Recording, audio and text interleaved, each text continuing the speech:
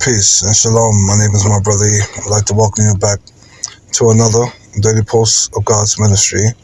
As promised, said I was going to come up with a little introduction about cloning and how back then in the 1997s when Bill Clinton was president, by the Vice President, Secretary Shalala, his regime at the time was against human cloning.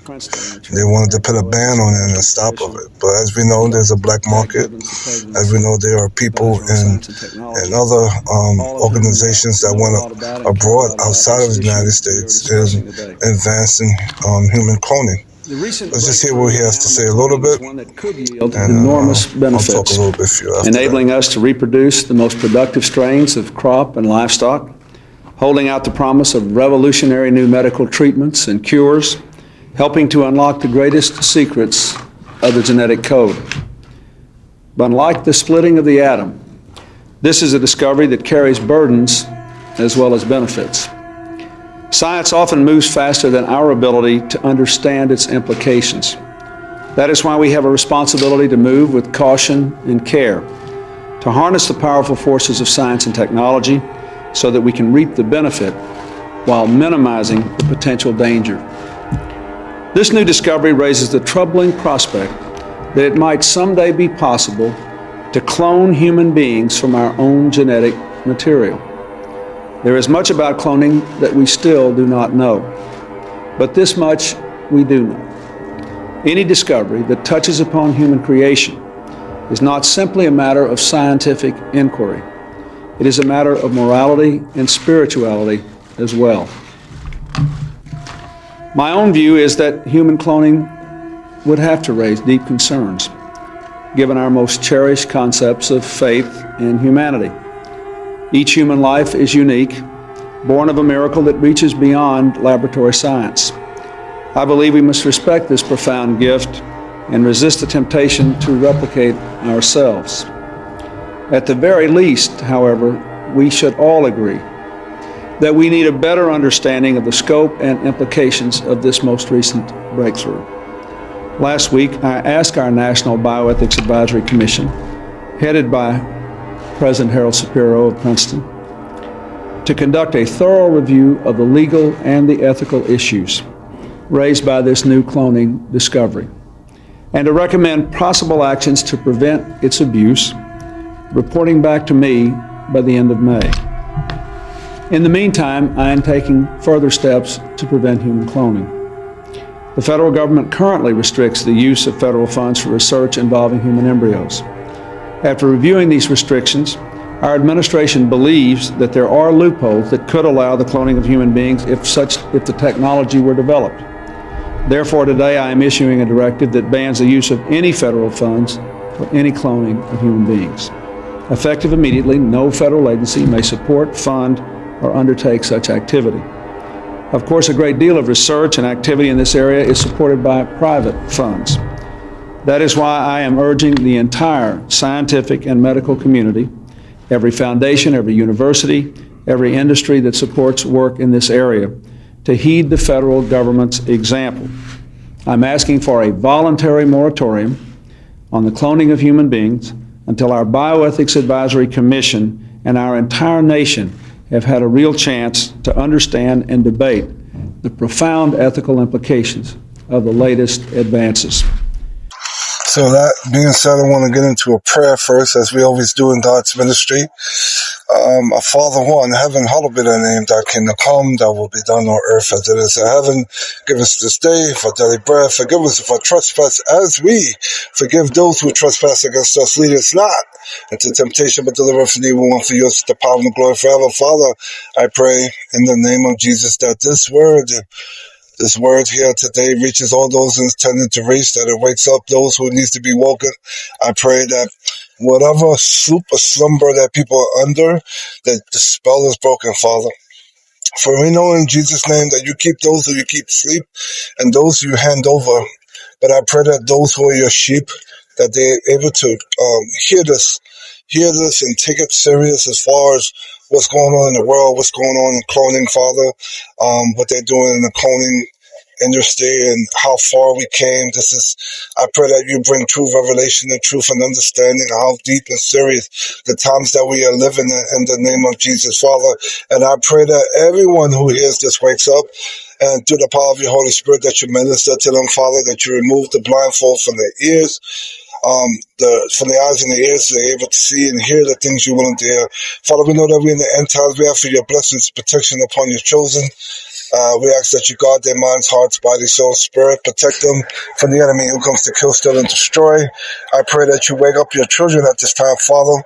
I pray that you guide them to partnership up with your other children so we can continuously to be strong in the body of Christ here on earth. In these last days, and when these times are changing, we can be there for one another. May the love of God and the grace and the peace and shalom of God be with all those on the side of my voice, and may blessings fall upon everyone on the side of my voice. In Jesus' mighty name I pray. Amen. So I'm just gonna just keep hitting you with things that I have learned and Abba has brought to my attention throughout the years, and I'm just gonna pick clip after clip of the things that he has shown me, new things that correlate to the old things that he used to show me. At the time, it's funny and interesting because at the time, when Abba showed me about cloning, I started to take it serious in 2010. When I knew about, and if you're from this planet, you should know about the cloning of Dolly, the sheep that was cloned back in the early 90s, mid-90s. And from there, it just, I mean, for what they show us, it was more advanced than what they were showing us. We are very late in the game of really knowing what's really going on, what type of stuff they got going on, who's been cloned, who's not been cloned. There's different things that Abba taught me throughout the years, and now it's starting to resurface as far as waking people up.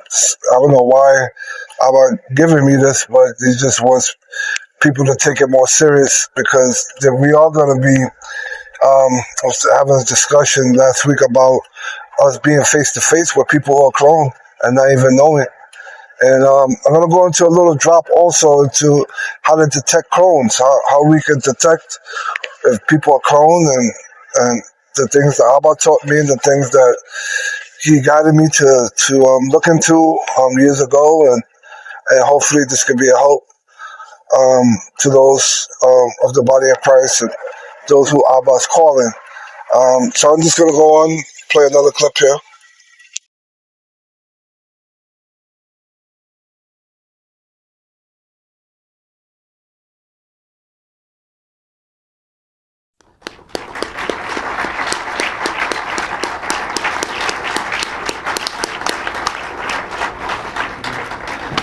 Please be seated, ladies and gentlemen, and on behalf of the President and the First Lady, welcome to the Rose Garden on this beautiful day. The President and I are honored to be joined by Secretary of Health and Human Services Donna Shalala and Dr. Harold Varmus, Director of the National Institutes of Health, and Dr. Harold Shapiro, Chair of the National Bioethics Advisory Commission, whom I will introduce in just a moment, and he will make remarks and present the President. I want to also acknowledge Dr. Jack Gibbons, the President's advisor on science and technology, and also in the audience, Congressman George Brown of California, Congresswoman Connie Morella of Maryland, and the many distinguished guests who are present. There may be some I should single out and just don't know to mention. But to all of you, good morning and welcome to the White House. We're here, of course, because we all realize we must strive to find the sometimes delicate but always crucial balance between our unending search for knowledge and doing what is safe and morally right. Ever since scientists in Scotland successfully cloned a sheep, an adult sheep, in February, the President and those of us who work with him, along with the rest of the nation, have grappled with the meaning and significance of the discovery, and the meaning and significance, of course, of the many scientific, safety, ethical, and religious implications presented by the question of the prospective possibility of cloning of human beings. No one, however, has deliberated more on this issue than the men and women who are responsible for the report being delivered today to President Clinton, the members of the National Bioethics Advisory Commission. Over the last 3 months, they worked on an extremely complex issue at an extremely fast pace. They did a truly careful, insightful, and remarkable job. They are here today, almost all of them, and they met with the President in the Oval Office a few moments ago. And I would like to ask all of the members of the Commission to stand and be recognized so that we might thank you as a group.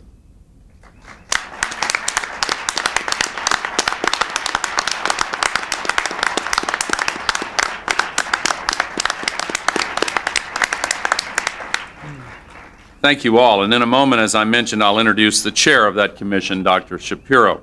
But before I do, let me say that as we seek to protect ourselves, our nation, and our world from potentially dangerous and less understood technologies, we must also always remember the benefits our nation has received from science and technology research in general, and biotechnology and cloning research in particular. After all, the ultimate purpose of science and technology, and overwhelmingly the result of science and technology, has been to improve human lives. Science and technology, whether public or private, in basic research or product development, have generated new knowledge, spawned new industries, created new jobs, cured illnesses, and improved our standards of living. Perhaps more than any other human endeavors, they are the twin tools needed to build a successful future. And nowhere is that more evident than in the field of biotechnology.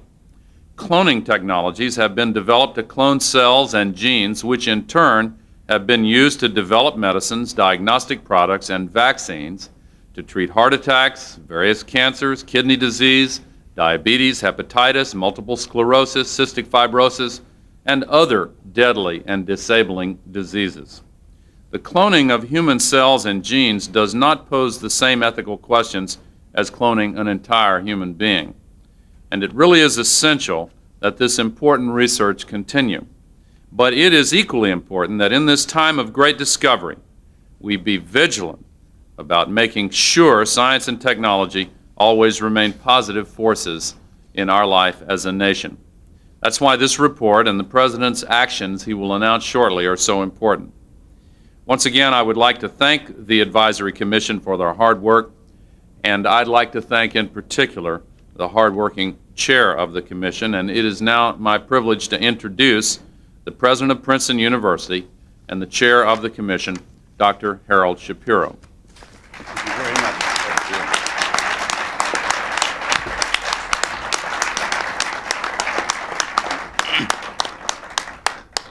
Mr. President, Mr. Vice President, on behalf of the members of the National Bioethics Advisory Commission, I am pleased to present the report you requested on the legal and ethical issues that have been raised by the sudden potential to clone human beings by a new technology with rather remarkable characteristics. As you can understand, this has been an unusually challenging assignment, in part because of the complexity and difficulty of the issues, in part because conflicting values are at stake, in part because Americans disagree on the implications of this new technology for the social and cultural values they hold dearest, in part because it's difficult to decide if and when our liberties should be restricted, and in part because of the ambitious timetable. In preparing our report, we made every effort to consult widely with ethicists, theologians, scientists, physicians, and as many citizens as possible with interests and concerns in this area. It is clear that the potential ability to clone human beings through the technique known as somatic cell nuclear transfer raises many important scientific, legal, and moral issues that require further review and consideration. Indeed, the Commission itself is unable to agree at this time on all the ethical issues that surround the potential cloning of human beings. On one key ethical issue, however, we are unanimous. It seems clear to all of us, given the current state of science in this area, that any attempts to clone human beings via somatic cell transfer techniques is uncertain in its prospects, is unacceptably dangerous to the fetus and is morally unacceptable at this time. We believe there is a widespread moral consensus on this issue. Moreover, we think that more time for further public deliberation on the complex ethical and social concerns that surround the issue would be helpful. We therefore recommend that the current moratorium on attempts to create children in this manner be continued, and that you immediately ask for voluntary compliance in the private sector, while federal legislation, carefully crafted and with appropriate sunset provisions, banning the use of these techniques for creating children, is formulated and considered. We feel strongly that most of the legal and moral issues raised can only be resolved by a great deal more deliberation and education. We hope that the sections in our report that outline the scientific, religious, ethical, and legal issues that are raised by these new scientific developments will form a useful basis for the ongoing deliberations and the broad public education that we believe is so essential. As I indicated, these are all exceedingly difficult issues, especially in a society where individuals hold various religious and moral perspectives. They are issues that go to the very nature of what it means to be human and to the very heart of what people think of as their families and their individuality. They are, in short, issues worthy of intensive and widespread debate. Time, however, is our ally in this regard, allowing for the accumulation of more scientific data from animal studies, as well as granting a period of time for fuller national debate on the ethical and moral issues that are raised. Through such open deliberation, we as a society can achieve moral agreement where possible, or mutual respect where agreement cannot be achieved. And in this area, that is our view of what is the nub of the matter, namely to achieve moral agreement where possible and mutual respect where agreement cannot be achieved. We have greatly appreciated the opportunity to begin what we hope will be a continuing dialogue, and we hope you will find our report both helpful and as responsive as possible in the time that was available to us. Mr. President, on behalf of the Commission, I am pleased to present our report to you. Thank you very much.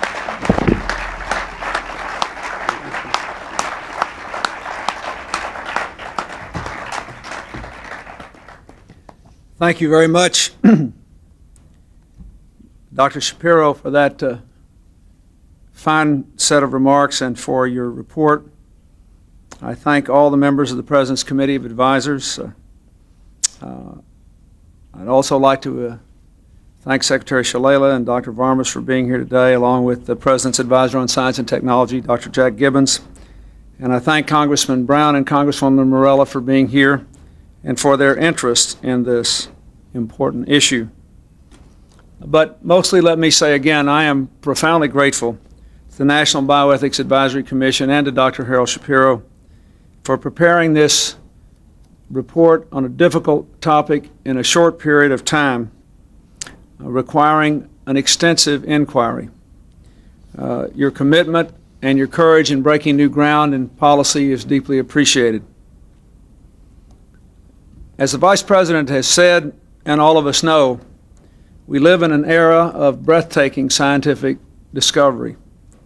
More and more, our future in the world depends upon advances in science and technology, and more, the scientific community will influence the course of the future and the lives that our children will lead in the new century that is upon us.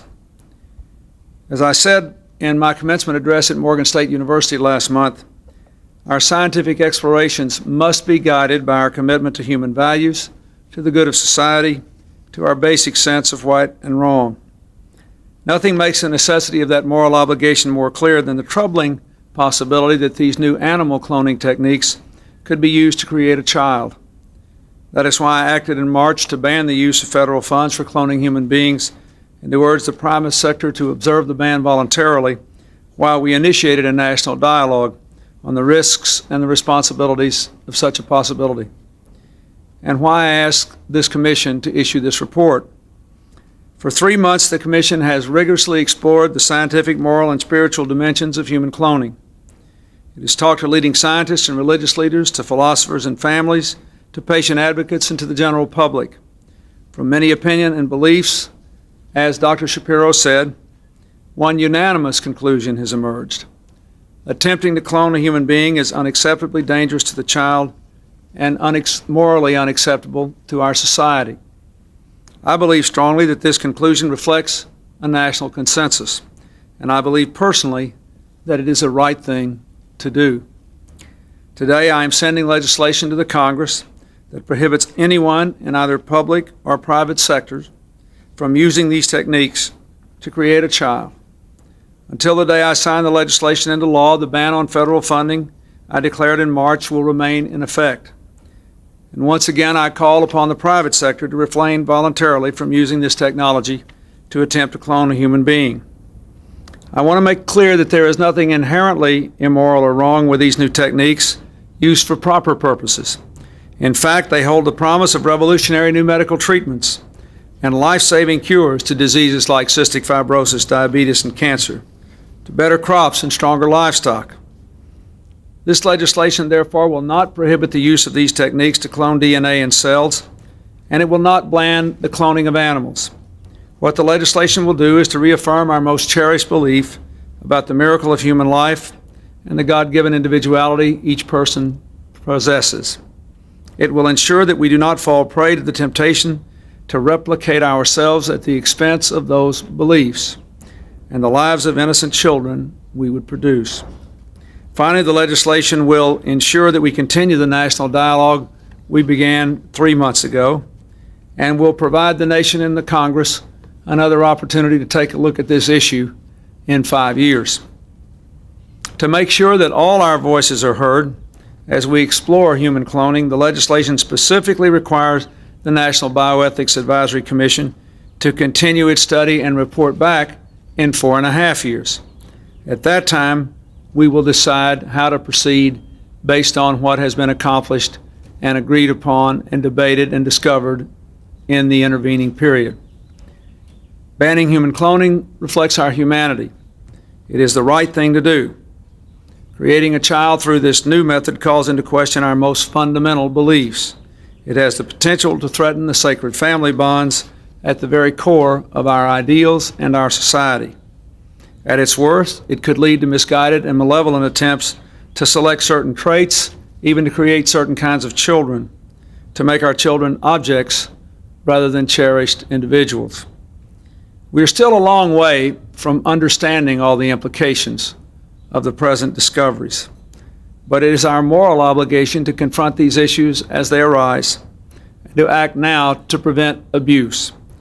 Today, I hope other countries will see what we are doing and do the same, and I pledge to work with them to enforce similar bans around the world that reflect these values. Once again, let me say a heartfelt thank you on behalf of our entire nation to the National Bioethics Advisory Commission for the remarkable work you have done and the work you have agreed to continue doing in the coming years. Thank you very much.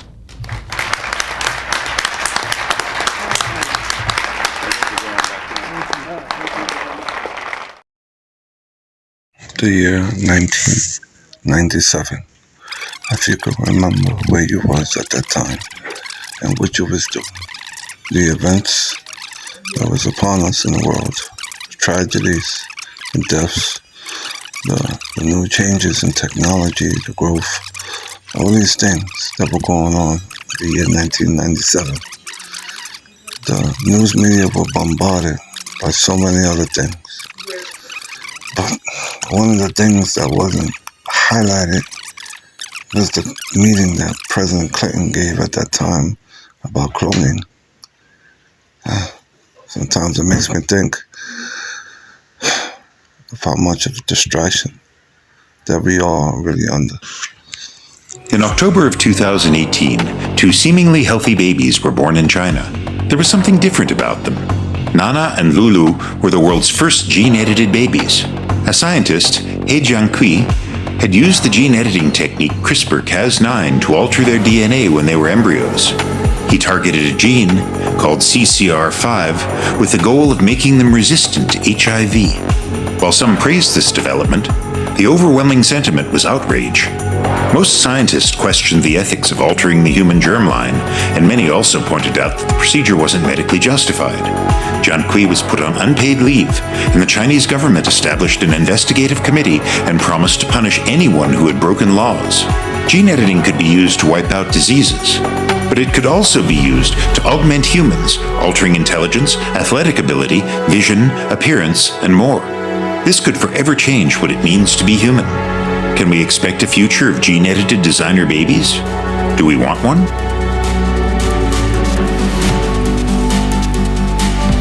Humans have been manipulating the genes of plants and animals for thousands of years through selective breeding. Generations of breeding have resulted in plants and animals that are very different from their wild ancestors. You see the results of this genetic manipulation every time you buy groceries or encounter a cat or a dog. However, directly editing an organism's DNA has only been possible since the 1970s. Genetic engineering was difficult and expensive until a series of breakthroughs were made around 2010. Scientists figured out how to use CRISPR-Cas9 to make specific edits to the genetic code. With CRISPR, ailments such as cancer, sickle cell anemia, Huntington's disease, and muscular dystrophy could become a thing of the past. Victoria Gray of Mississippi is participating in a clinical trial of a CRISPR therapy to treat sickle cell anemia. Since undergoing treatment in July 2019, Victoria has improved remarkably. In 2020, she flew in a plane for the first time, something her disease had kept her from doing before. And she's not the only one. A growing number of CRISPR trials have reported positive results. But as Jiankui's experiment showed, CRISPR modifications aren't only for adults who can provide informed consent. Using CRISPR, scientists could edit embryos more easily than adults, avoiding serious genetic diseases. But deciding what counts as abnormality or a disease to be cured or avoided can be incredibly challenging. For example, CRISPR might make it possible to prevent anyone from being born with Down syndrome. Down syndrome almost always results in intellectual or physical disabilities, as well as a diminished life expectancy. Is it ethical for parents and healthcare professionals to decide to edit an embryo to eliminate this disorder? Would it be ethical if everyone made that same decision, resulting in no more Down syndrome babies? What would it mean for humanity to lose that diversity? What about deafness, blindness, baldness, Asperger's syndrome? What counts as normal? Is normal always good? On the other hand, would it be ethical to not edit an embryo to prevent avoidable intellectual, physical, and social impairment? Though the ethical questions are far from resolved, the science is advancing rapidly. Today, CRISPR-Cas9 gene editing is cheap and easy enough that people can do it in their own homes. We do not recommend this. In 2017, former NASA researcher and biohacker Josiah Zayner became the first person to attempt to modify their own body using CRISPR. On stage at a synthetic biology conference, Zayner used CRISPR in an effort to knock out the myostatin gene, a change which boosts muscle size in lab animals.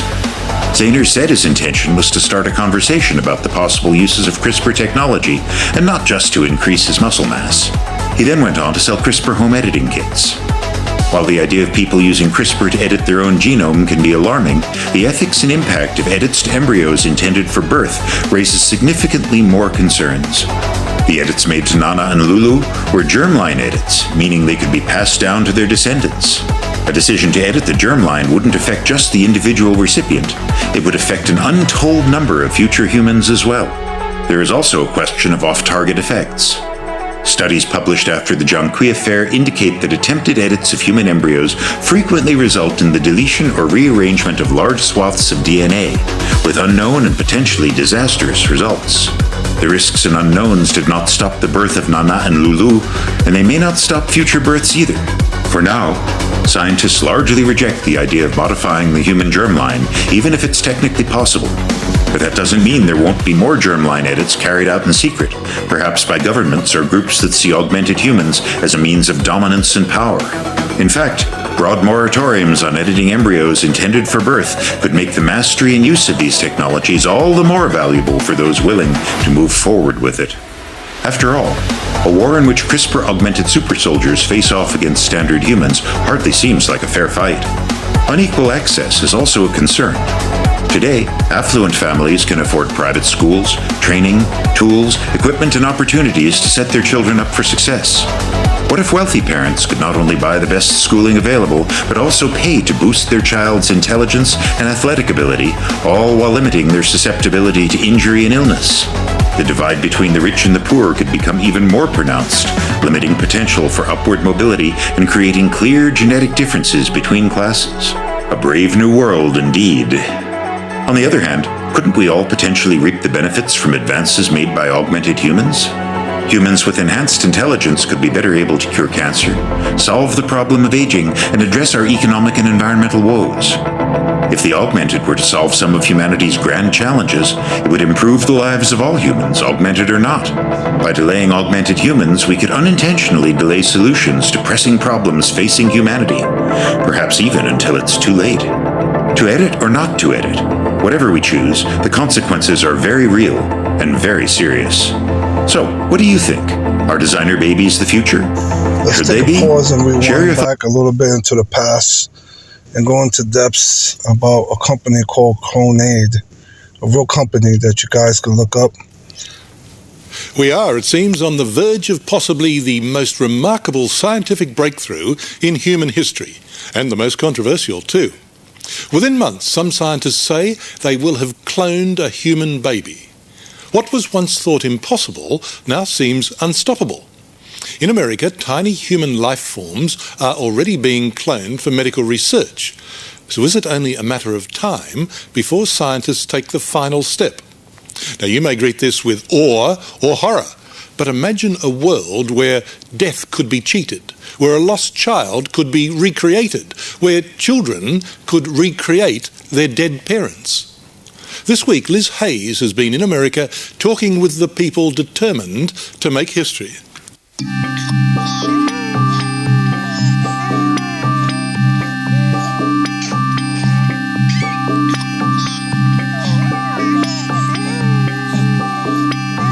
We are a part of history. It's forever. It will be like Adam and Eve. It's the first human being created through human cloning.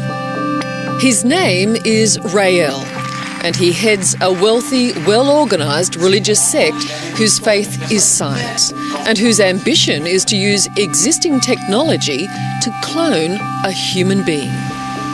When do you anticipate we will see the first cloned human being?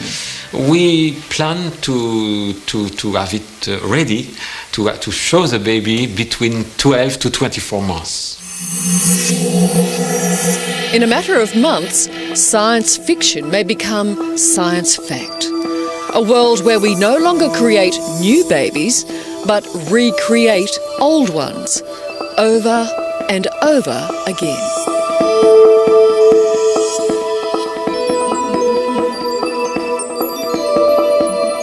It's huge. It will change everything in our society. It's not only the scientific aspect of creating life, but also the political, religious belief, sociology, everything is. We are entering a new world which is completely different.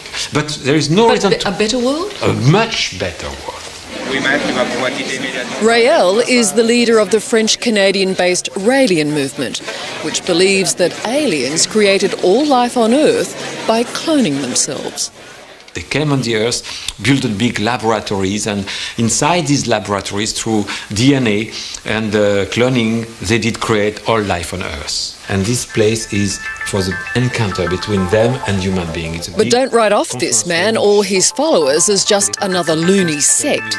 Just because their beliefs are a little off the planet doesn't mean they can't do what they say they're going to do.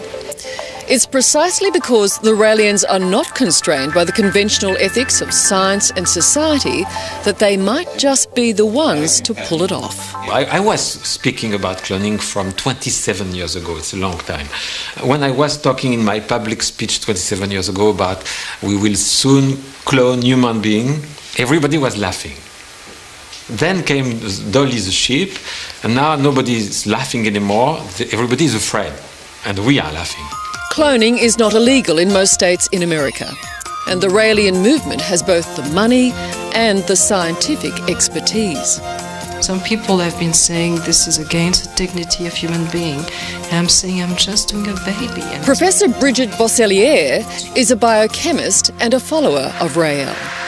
She runs a private company called Cloning, where her scientists, she says, will be the first to clone a human. And couples are lining up to pay more than $200,000 for the procedure.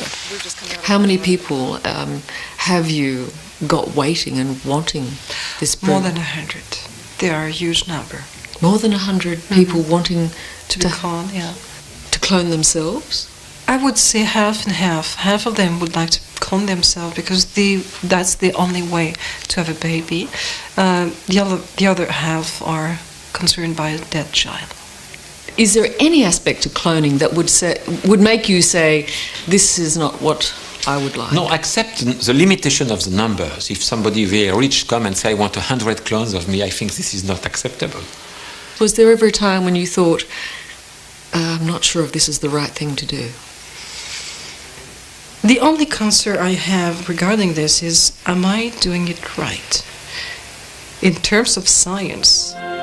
Only 4 years ago, we reported on the birth of Dolly, the cloned sheep. Dolly proved how relatively easy cloning is.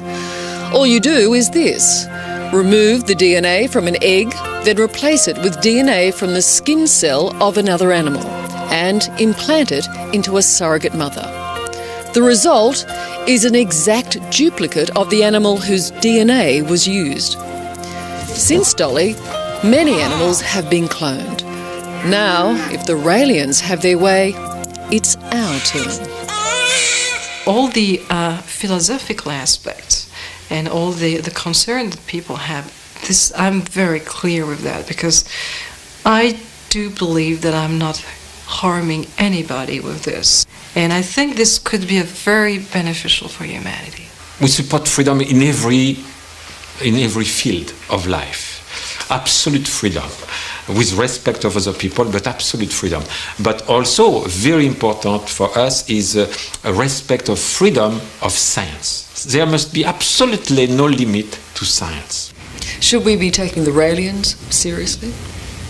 I think we should be taking anyone seriously that has scientists who are knowledgeable in this area and the means, the money to be able to do this. Yes. Paediatrician Dr. Arturo Brito sat on President Bill Clinton's National Bioethics Commission, which looked at the ethical and scientific dilemmas of human cloning.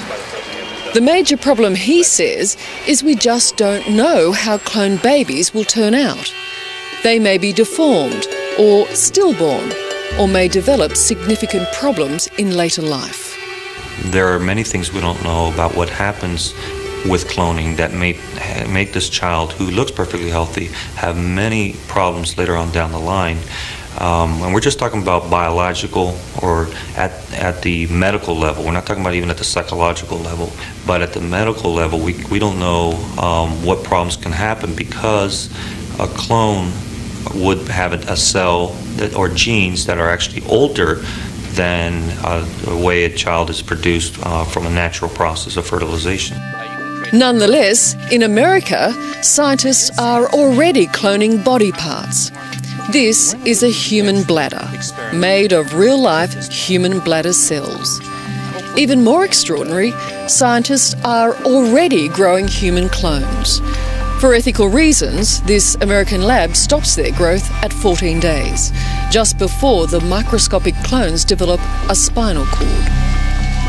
But it would be very easy to go one step further and create a human. All scientists have to do is implant an embryonic clone into a woman's womb and let it grow full term. And that's exactly what the Raelians are planning. The first cloned human being, you hope, will be that from a baby who died. Right. So this baby died about 2 years ago, and they had the chance to preserve the cells before the death, so we were able to get sampling that are useful, and so we hope to have this baby as the first cloned baby. Professor Bosselier is protecting the identity of the parents involved, but says they are determined to recreate their dead child, whatever the cost. think inside of them they want to conceive the child again and go back to zero with that set of genes. So they want to recreate They want a to child. have this child back. But you can't really do that. You can get a baby that looks just like It will just, dead it baby. will looks like, yes. but you will never actually get the dead child back. So that's a kind of hypocrisy that many people ask this question, and they say it will never be the same. So what is the problem if it's not the same? You know, they cannot say at the same time, you are cloning, it's terrible, it's the same, it's against biodiversity, and at the same time say it will not be the same. So there is no problem. But the problem is for those people who think they are getting that It child. will be the same. Physically, the hardware, if you like, will be the same. I don't think anyone can tell you for certain that what looks normal at birth is going to be normal later on. The main concern right now for the aliens or anyone else are the safety issues. And until those are worked out, there really should be no type of cloning, because what you're going to do are create embryos and fetuses and potentially live children that are going to have major medical problems. Their concerns the Raelians dismiss, and their cloning attempt is well underway. Apart from the scientific work, they have 50 potential surrogate mothers lined up to bear the first human clone. We hope to have the first embryo by sometimes in March. It's, you know, since we want to check everything, we will see. But it's looking close? It is very close, yeah. The final hurdle being what? Just perfection? Yes. If I were cloned, my clone would be my daughter and my twin sister. And that would be just the first hurdle. It seems the physical concerns are even greater. For example, it took more than 200 attempts to create Dolly, the cloned sheep. And nobody knows how many human embryos it would take to create just one child. The rate of abnormality in animal clones is very, very high. Just about all have been enormous in size, with navels 3 times larger than normal. So, when and if a human clone is born, the problems may just be starting. It's a tough call for a new baby to have to live up to a dead baby's identity. I'm very confident like that, because if you educate that child, telling him that he's the twin of a dead brother, I don't see any problem. Are you worried at all about the psychological effect? There is absolutely no problem with that. It's people want to find problems, so they try to imagine problems. But those problems could exist. You can't deny that. It's the same thing happened with Louise Brown, the first test tube baby. People say, oh, this child will be so special, it will be a burden for her, she will be a monster, it will create psychological unbalance. She's perfectly normal and have a beautiful life. But Louise wasn't there to take the place of a dead child. No, but she was very special. She's the first test tube baby.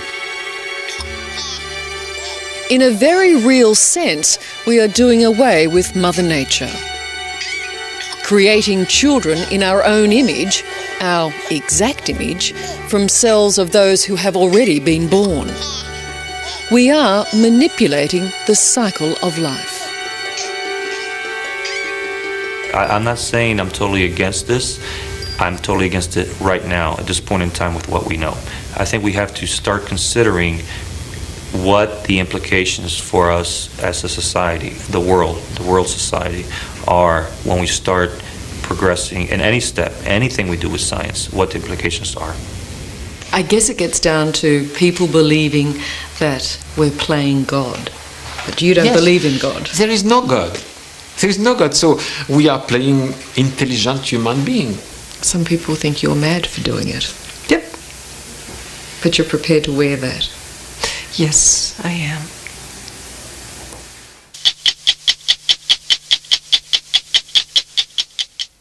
Hello, I'm Tom Steinford. Thanks for watching 60 Minutes Australia. Subscribe to our channel now for brand new stories and exclusive clips every week. And don't miss out on our extra minutes segments and full episodes of 60 Minutes on 9now.com.au, as well as the 9Now app.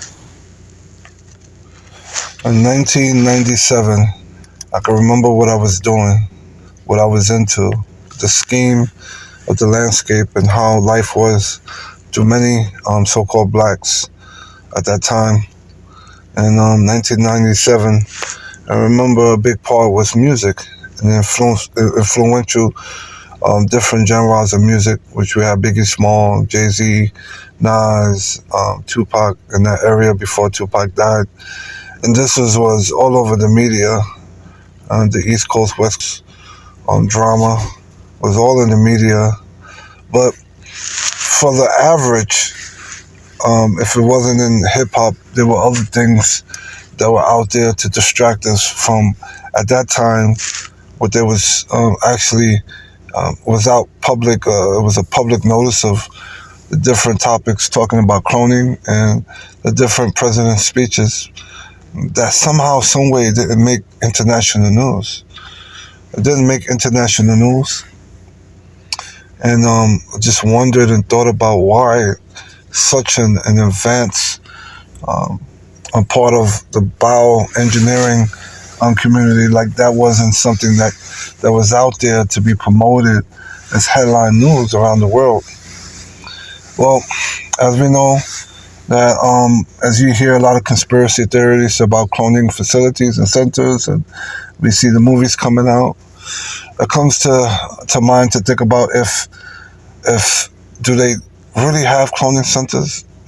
Was they trying to keep us busy at that time so we wouldn't know what was going on, and it was too over our heads because we were into the distractions of the world?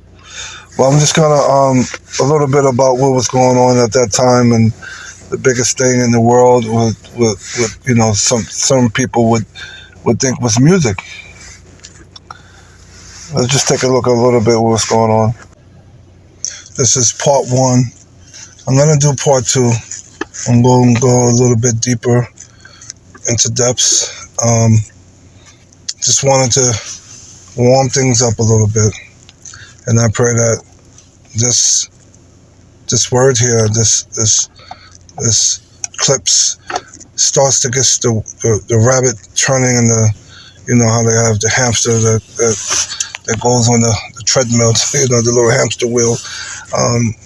I pray that it gets things to start to turn when we start to look now, between now and 1997, and before that, because they had so many things on the wraps, as we know, about cloning technology. But I'm just talking about just on the surface of them mentioning it and making it public information in the White House, and where we at today and how we evolved from those stages into so-called banning cloning of human beings until where we at today, and to see in the world who's a clone and who's not a clone and what we need to look for. I pray that this word blesses you. This is part one. Stay tuned to part two. My name is my brother here. I'd like to thank you for coming. Peace and shalom.